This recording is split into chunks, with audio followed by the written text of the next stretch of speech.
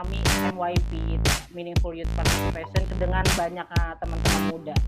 Kita juga masih ada ego orang mudanya yang membuat kita kayak masih menyimpan dendam. Halo teman-teman dimanapun kalian berada, selamat datang di Bloom, Buy-in and Learning Through Outcomes of MYP. Hari ini aku kedatangan salah satu temanku yang sangat aktif berkecimpung di program-program HKSR. Nanti kita akan kenalan sama dia dan salam kenal, aku Ayun. Biasa ya dipanggil Ayun, dan kali ini aku akan memandu kegiatan Bloom ini bersama teman aku Rizka. Silakan Rizka, kenalkan diri. Oh, aku Rizka. Saat ini aku bekerja di Perkumpulan Keluarga Berencana Indonesia atau PKBI, Indonesia Planned Parenthood Association, sebagai spesialis advokasi dan kebijakan publiknya. Seperti itu untuk singkatnya. Halo teman-teman semua. Terima kasih Riz untuk waktunya. Kita ngobrol-ngobrol soal partisipasi anak muda yang bermakna di salah satu program HKSR. Nanti kita akan ngobrol-ngobrol banyak sama Rizka soal program HKSR, keterlibatan anak muda yang bermakna dan partisipatif di satu program HKSR di Indonesia. Sebelumnya aku mau menginformasikan apa sih Bloom itu. Bloom itu panjangan dari Buy-in and Learning Through Outcomes of MYP, atau refleksi dan pembelajaran yang bisa kita ambil ketika teman-teman muda itu berpartisipasi secara bermakna. Kegiatan ini tuh merupakan proyek kerjasama antar setiap orang dari berbagai organisasi, dan saya perwakilan Indonesia saat ini bekerja sama dengan teman-teman dari Netherlands and UK yang fokusnya dengan isu HKSR dan didukung oleh ShareNet Internasional. Nah, untuk di Indonesia ini aku bekerja sama dengan teman-teman dari Jaringan Kita Sama atau Koalisi Indonesia untuk Seksualitas dan Keberagaman. Yang aku tahu jaringan ini di dalamnya beragam organisasi yang fokusnya juga banyak gitu. Salah satunya ada kesehatan perempuan, anak muda, remaja, keberagaman gender dan seksualitas, dan juga melaksanakan kegiatan-kegiatan yang dinaungi oleh program HKSR di Indonesia. Kita akan ngobrol selama 40-50 menit bersama Rizka. Rizka, apa kabar Rizka? Panggilnya Rizka dulu nih. Rizka aja. Oke Rizka. Rizka, aku mau tanya nih sebelum kita ngobrol-ngobrol masuk ke soal partisipasimu sebagai anak muda yang aktif di program HKSR, mewakili lembaga dan juga jaringan Kita Sama. Kalau boleh tahu Riz, kalau kamu punya kesempatan untuk jadi superpower, kamu mau jadi apa dan kenapa?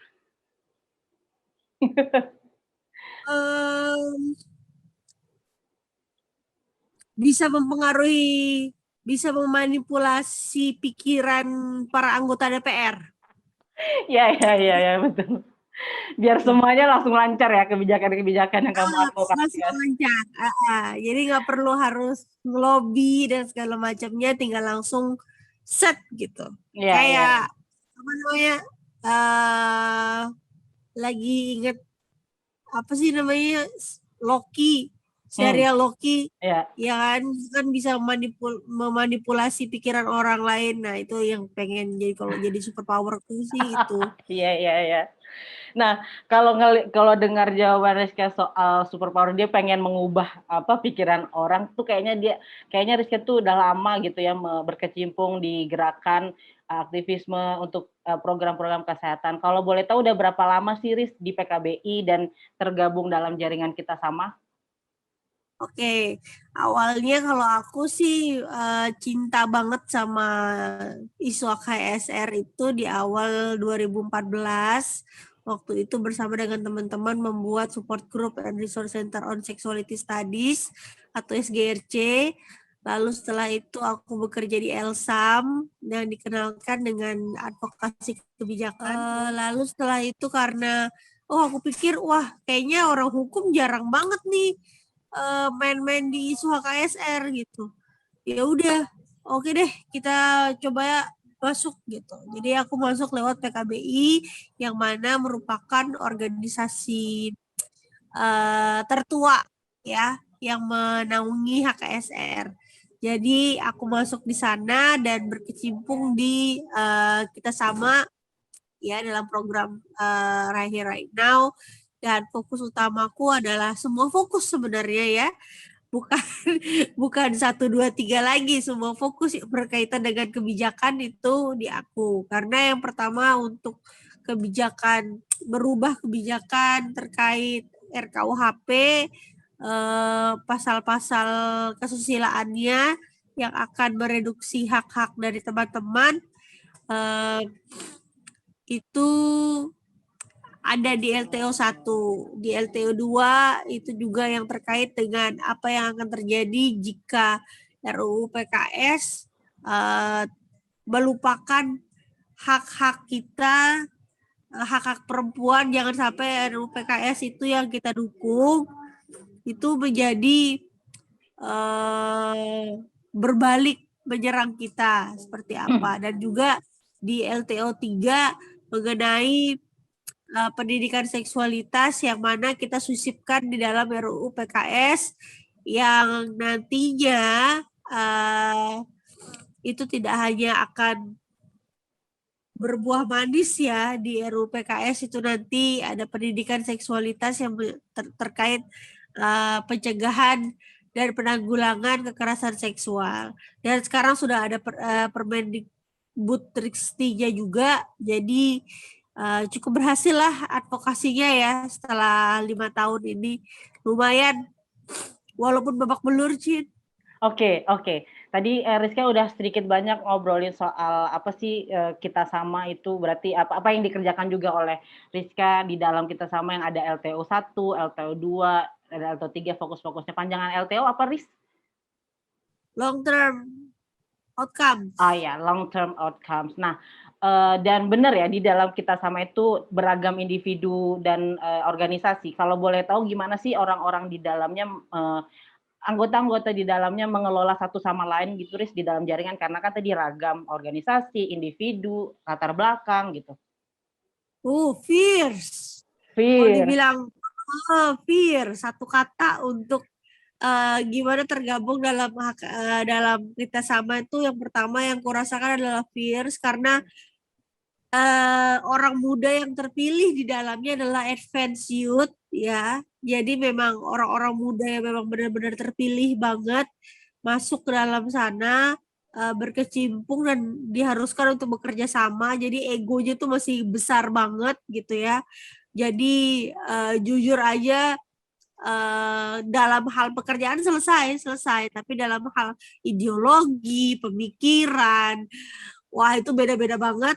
Dan karena kita semuanya advanced youth gitu, jadinya menurut gue nggak gitu. Jadi apa ya, bukan perdebatan ya, lebih kepada diskursusnya itu jauh lebih beragam, dan kadang sakit hati juga kadang-kadang dengan banyak diskursusnya itu. Karena nggak bisa cuma ya udah, itu kan cuma diskusi, nggak bisa cuma segitu gitu loh. Karena kita juga masih ada ego orang mudanya yang membuat kita kayak masih menyimpan dendam. Oke, kalau gitu, kalau tadi kamu bilang fierce, di dalamnya tuh ada apa, teman-teman dari yang kamu bilang advanced youth gitu. Terus kalau kamu sendiri tergabung dalam situ, gimana kamu memahami MYP itu, Meaningful Youth Participation, dengan banyak teman-teman muda? Dan apakah di sana anak muda semua? Ya, tidak semuanya anak muda, ada orang dewasa juga.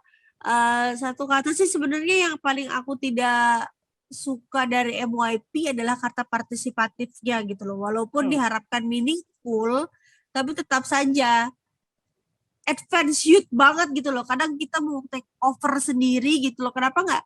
Ya, kita diharapkan hanya berpartisipasi yang meaningful gitu loh. Padahal kita inginnya itu sesuatu yang lebih bermakna untuk kita, dari kita, oleh kita gitu loh. Jadi meaningful contribution mungkin lebih kata tepatnya ya. Mungkin karena orang-orang mudanya sangatlah advance sekali gitu, yang orang dewasanya juga merasa oh ya udah gitu, nggak usah terlalu dipegangin nih anak-anak mudanya, anak-anak mudanya lagi semangat gitu ya udah gitu. Jadi yang cukup disayangkan juga jadinya orang dewasanya lebih kurang bergerak ya gitu dalam sisi ini, begitu sih. Oke, nanti kita banyak ngobrol juga soal gimana sih pandangan kamu tentang orang dewasa di dalam jaringan Kita Sama dan dalam saat melakukan program HKSR. Nah, kalau tadi kamu bilang ini teman-temannya advance youth dan juga beragam, menurut kamu penting nggak sih orang-orang muda di dalamnya itu? Oke, tadi kamu nggak suka kata partisipasi atau berkontribusi dalam program HKSR yang dijalankan Kita Sama ini, penting nggak sih menurut kamu kalau seperti itu? Penting banget karena mereka juga bisa, mereka capable loh gitu loh. Mereka nggak cukup hanya diberikan partisipasi gitu loh. Mereka seharusnya sudah berkontribusi nyata gitu loh. Mereka capable untuk melakukan itu karena mereka orang muda gitu loh. Justru yang orang dewasa yang lebih lag daripada orang mudanya di Kita Sama gitu. Jadi mereka jauh lebih memberikan kontribusi, lebih kepada kontribusi daripada partisipasi gitu ya. Kalau partisipasi kan ikut-ikut doang gitu, memberikan saran dan kritik. Enggak, ini orang mudanya yang ikut gitu loh. Ini orang mudanya yang terjun langsung, orang mudanya yang langsung ketemu DPR, orang mudanya yang langsung ketemu pemerintah gitu loh. Enggak disokong oleh orang dewasa gitu loh, langsung aja jalan gitu. Jadi kontributif sekali ya gitu RHRN ini membuat orang mudanya. Tapi di satu sisi downside-nya adalah karena kita masih sangat muda dan muda banget ya. Jadi itu ngebikin orang mudanya jadi stres, lelah, dan harusnya mereka yang di tahap ya nongkrong sama teman-temannya jadi nggak bisa nongkrong sama teman-temannya tanpa membicarakan isu gitu loh. Jadi benar-benar kontributif banget gitu, Yun. Oke, kalau gitu, kalau tadi kamu bilang orang mudanya langsung pergi ke DPR mengadvokasi kebijakan-kebijakan yang dinaungi oleh program tadi RHRN dalam jaringan Kita Sama. Sebenarnya ruang seperti apa sih yang jaringan Kita Sama ciptakan untuk melibatkan orang-orang muda secara penuh ini, Riz? Kalau begitu? Waduh, susah banget nih jawabannya. Yang paling aku suka di Kita Sama adalah orang dewasanya memberikan kuasa seluas-luasnya kepada orang muda gitu ya, untuk mengeksplorasi segala possibility terkait dengan kebijakan. Dan yang kedua, orang dewasanya juga nge-backup jika terjadi sesuatu hal yang tidak diinginkan karena kita mungkin terlalu energik gitu ya gitu. Terus akhirnya backlash gitu.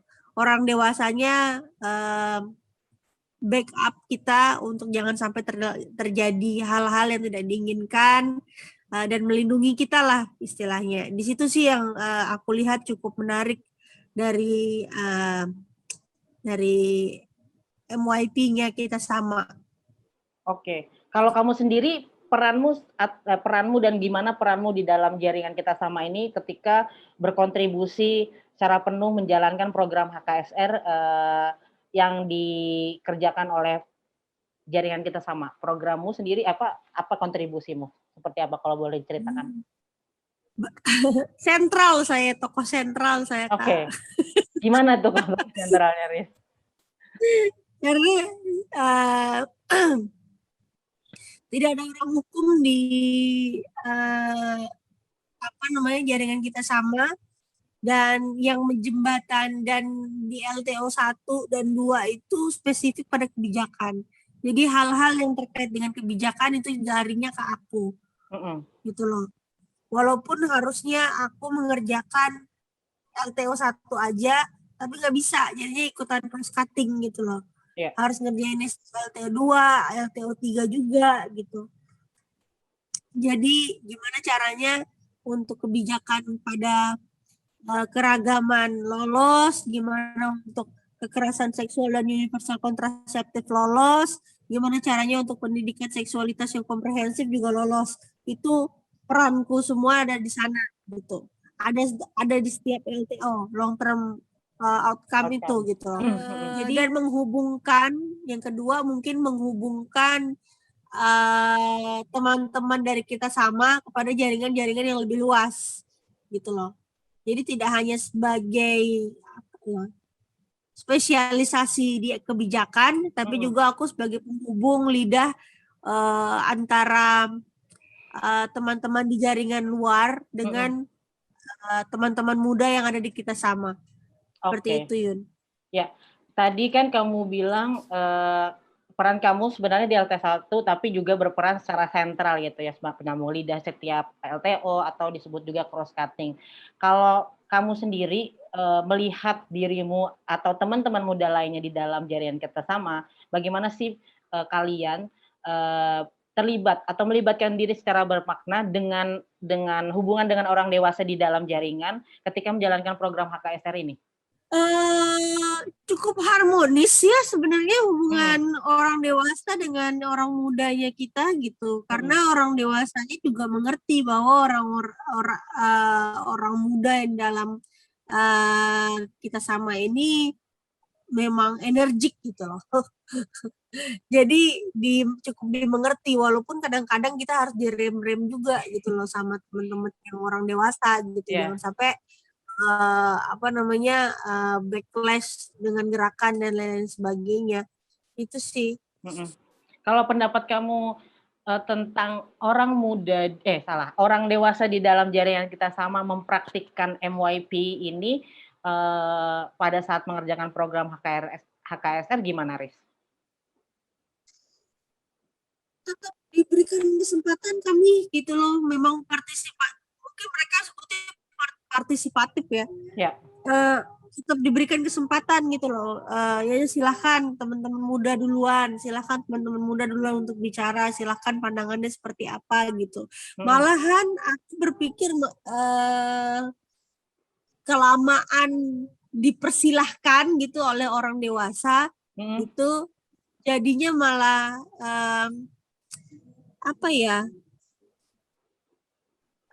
partisipasi orang muda yang meaningful itu jadi malah kocar-kacir gitu loh, nggak dipegangin sama yang di orang dewasanya gitu loh. Walaupun aku paham orang-orang dewasa juga berusaha untuk mengerti gitu loh energiknya kita, tapi kami juga tidak bisa dilepaskan begitu saja gitu loh. Kalau aku sih ngelihatnya gitu ya, tetap butuh orang dewasanya untuk membuat, ya setidaknya untuk backup dan memberikan saran, kritik dan saran gitu. Tapi diberikan keleluasaan dalam melakukan advokasinya. Kalau aku sih begitu. Idealnya ya. Idealnya, tapi di dalamnya pada kenyataannya di dalam jaringan kita sama teman-teman dewasa itu kayak ya udah memberikan kesempatan cuman tidak dipegang gitu atau seperti apa? Iya kayak gitu. Setuju. Terus kalau kamu sendiri tantangan pribadi nih, Riz, tantangan pribadi saat melibatkan diri atau berkontribusi secara penuh dan bermakna di dalam jaringan kita sama pas menjalankan program HKSR itu apa sih, ada nggak? Kalau ada seperti apa tantangan pribadi yang kamu alami selama menjalankan program HKSR? Tantangan pribadi sebenarnya tidak di backup sih. Gitu. Aku pernah dalam satu sisi yang tidak di backup oleh orang dewasa, apa yang aku coba untuk advokasikan gitu, itu mendapatkan pertentangan oleh orang dewasa gitu, tapi sudah terjadi gitu loh Yun. Jadinya lebih kepada victim blaming dan bukannya malah menasehati dengan baik gitu, tapi lebih pada victim blaming. Itu sih konflik pribadiku yang dulu itu berhubungan sama internal itu ya. Ya, betul berhubungan Kalau sama internal. kalau kan itu udah terjadi, terus kamu mengatasinya, deal with it itu gimana? Untuk dirimu sendiri dan juga hubungan dengan teman-teman di jaringan internal kita sama itu seperti apa? Ya be profesional aja, karena sebenarnya kan kalau aku udah bilang tadi advance shoot ya, jadi kita be profesional aja menjalankan apa yang kita lakukan gitu. Gimana ya Yun, aku menjelaskan orang muda yang ada di kita sama itu tidak seperti orang muda. Jadi seperti apa? Mereka jiwa tua gitu loh, Oke. berjiwa tua gitu loh untuk menjalani sesuatu gitu. Jadi iya cukup profesional setelahnya gitu loh. Aku coba oke, mungkin aku ada salah di sini. Oke, kita coba memaafkan. Tidak ada, tapi sayangnya tidak ada penyelesaian apapun dari orang dewasa setelah itu ketika mengetahui bahwa di sidang habis-habisan waktu itu soalnya. Oke. Jadi tidak ada penyelesaian. Dari kamu memitigasi itu untuk kedepannya seperti apa, Riz? Kalau pernah ini. Kalau aku sih jangan victim blaming ya, sidang aja gitu loh, tapi jangan victim blaming. How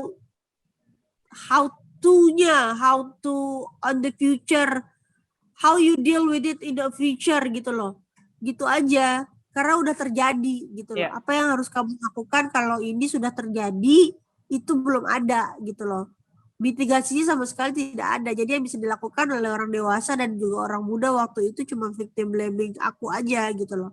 Jadi yang aku harapkan adalah ada mitigasi, apa yang bisa dibantu, apa yang bisa diberikan gitu untuk supaya orang muda yang satu ini yang sedang bermasalah itu baik-baik saja, bukan malah di victim blaming gitu. Oke, ya. Tapi setelah itu apakah ada penyelesaian secara tertulis di dalam jaringan? Oke.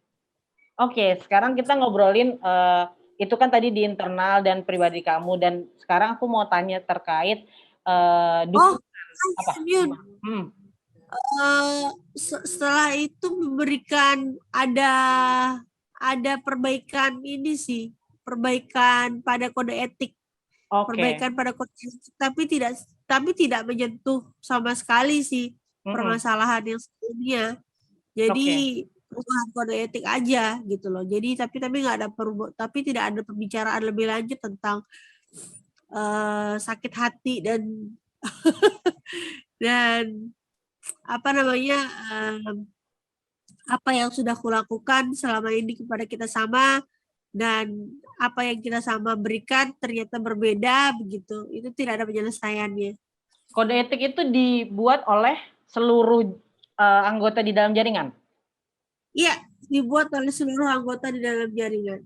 Oke, baik. Oke, Riz, thank you itu untuk obrolan yang pernah kamu alami dan refleksi kamu di dalam jaringan.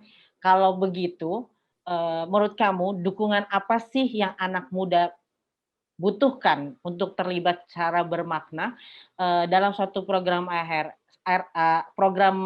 HKSR ketika berhubungan dengan pemerintah atau institusi yang terkait? Beri ruang seluas-luasnya, kedua bimbing dan backup orang muda itu. Dua itu ya?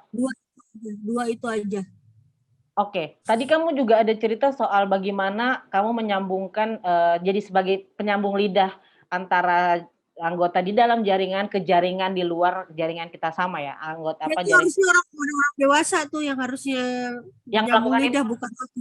Iya ya. Iya benar. Tapi bukannya itu bentuk dari apa ya, ruang dari orang dewasa memberikan kepada orang muda? Menurut kamu enggak? Atau seperti apa? Harusnya orang dewasa memberikan ruang padaku waktu itu. Ya udah Riz, kamu ini ya tetap aja dari nomor telepon atau apa gitu, mereka yang memberikan masukan gitu loh. Tolong nanti gini ya Riz. Oke, nanti aku yang menghubungi gitu. Mereka hanya sebagai ya kontak remindernya aja gitu loh Yun. Gimana gitu. gimana cara, teman-teman jaringan kita sama atau anggota di dalam jaringan kita sama itu mengajak orang muda lainnya untuk terlibat dalam program HKSR yang dijalankan? Kita sama itu beken Yun. Oke, gimana jadi ininya? Dan keren gitu. Aku percaya kalau acara itu diikuti karena 3 hal. Ikut temennya, tahu isunya, atau acara itu keren. Dan kita sama itu punya semuanya. Waduh, dan di sana Iya. terlibat orang-orang muda lainnya gitu, selalu datang? Iya, dari sana terlibat orang-orang antara ada dia kenal di dalam kita sama, yuk ikutan yuk gitu. Ikut. Terus atau yang kedua, mereka pengen tahu isunya nih gitu. Terus ada kita sama dan orang-orang muda semuanya yang jadi penasaran ikut. Atau kita bikin suatu acara yang megah misalnya gitu, kayak mendesak tapi santuy. Oh, oke, mendesak tapi santuy, ya oke. Itu salah satu kegiatan teman-teman jaringan kita sama dengan jaringan lain? Betul. Mendesak tapi Iya. santuy. Oke, baiklah. Apa Riz pembelajaran yang kamu dapatkan ketika menjadi anggota jaringan untuk saat mengimplementasikan program HKSR dengan teori dan konsep MYP ini? Pembelajarannya apa dan keuntungan untuk dirimu apa sih, Riz? Pembelajarannya buatku adalah tidak semuanya harus dikerjakan sendiri. Teman-temanku juga advance gitu. Kita bisa kerja bareng sebenarnya. Itu pembelajaranku yang pertama. Yang kedua, keuntunganku adalah aku jadi tahu orang semuda aku bisa tahu bagaimana jalan kerja pemerintah, DPR gitu, dan stakeholder lainnya gitu, tanpa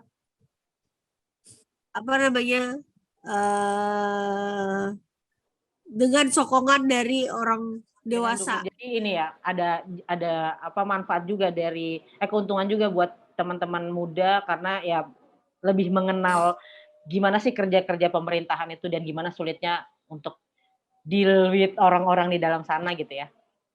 Iya.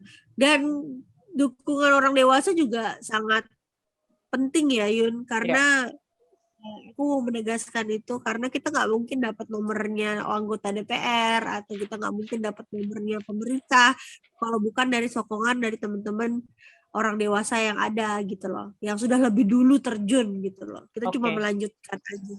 Dan ruangnya diberikan seluas-luasnya. Itu sih yang paling ideal banget kalau ke depannya ada gitu. Tapi jangan victim blaming lah. Iya, belajar dari pengalamannya. Iya. Kalau teori MYP sendiri yang kamu praktikkan di kehidupan sosial lainnya di luar jaringan ini apa, Riz? Bagaimana? Kalau aku karena aku sudah akan menginjak usia dewasa gitu ya, teori MYP sangat penting buatku. Kerasa gitu Yun, karena udah biasa gitu. Aku jadinya tidak mau berkompetisi dengan orang yang lebih muda daripada aku gitu loh. Aku harusnya menjadi orang yang memberikan sokongan kepada orang muda untuk lebih berkembang. Gitu loh. Itu ngerubah pandanganku banget gitu loh. Dulu sialan dia umurnya masih muda daripada gua, tapi dia udah lebih ini gitu. Dulu yang kayak begitu Yun, tapi sekarang malah yang ini orang muda. Ini kece banget orang muda gitu loh. Gua harus dukung dengan resource yang lebih dulu gue punya gitu loh. Itu sih yang gue rasain dan mengembangkan orang muda dengan MYP gitu loh, karena aku udah mulai masuk usia dewasa. Itulah yang kucita-citakan selama ini, yang memberikan ruang, memberikan dukungan gitu, memberikan masukan gitu, tidak patronizing, tidak victim blaming kepada orang-orang muda gitu loh. Dan aku percaya itu investasi sebenarnya. Investasi kepada orang muda yang dibentuk seperti yang di-shape seperti apa yang keinginan dari kita sama dulu gitu loh. Dan aku melakukan itu sekarang gitu loh dengan jaringan kita sama juga dengan program SST begitu. ada yang ikut lebih muda daripada aku dan aku memberikan semuanya apa yang aku punya gitu loh kepada teman SST waktu itu gitu. Oke. SST itu salah satu program HKSR juga. Iya, SST itu Studying Together, salah satu program HKSR juga, tapi di bidang campaign, kebijakan campaign lah ya. Dan bagian dari kita sama, organisasinya organisasi kita sama. Oke, Riz, apa Riz? Ada hal-hal yang lain yang kamu pengen sampaikan berkaitan dengan MYUP? Beri ruang orang muda untuk berkontribusi seluas-luasnya, Ayun. Oke, itu ya. Dan orang dewasa janganlah patronizing, victim blaming, gitu, holier than thou, gitu. Tapi malah lebih ke backup dan memberikan semua ilmunya kepada kita, gitu. Coba contoh Bu Ninu, gitu misalnya, yang memberikan ruang semuanya, apapun, atau Bu Atas misalnya. Rizka, apa yang dibutuhkan dia berikan gitu loh. Itu MYP gitu loh. Itu yang kuinginkan dan aku akan menjadi demikian kalau ke depannya nanti menjadi orang dewasa. Apa yang bisa kuberikan kepada orang muda akan kuberikan, asalkan orang mudanya juga cukup advance untuk melakukan task tersebut gitu loh. Kalau dia punya potensi kenapa tidak gitu loh. Itu sih Yud. Oke, terima kasih Riz untuk ngobrol-ngobrol soal MYP-nya. Karena memang kita pengennya memberikan insight, mendengar insight dari kamu dan pembelajaran buat teman-teman di dalam jaringan aktivisme atau di luar jaringan yang, oh ternyata ada loh namanya teori MYP yang perlu diketahui oleh teman-teman di Indonesia maupun diketahui oleh teman-teman di luar sana. Terima kasih untuk partisipasinya Rizka. Semoga harinya cerah dan sehat selalu. Sehat selalu juga Ayu.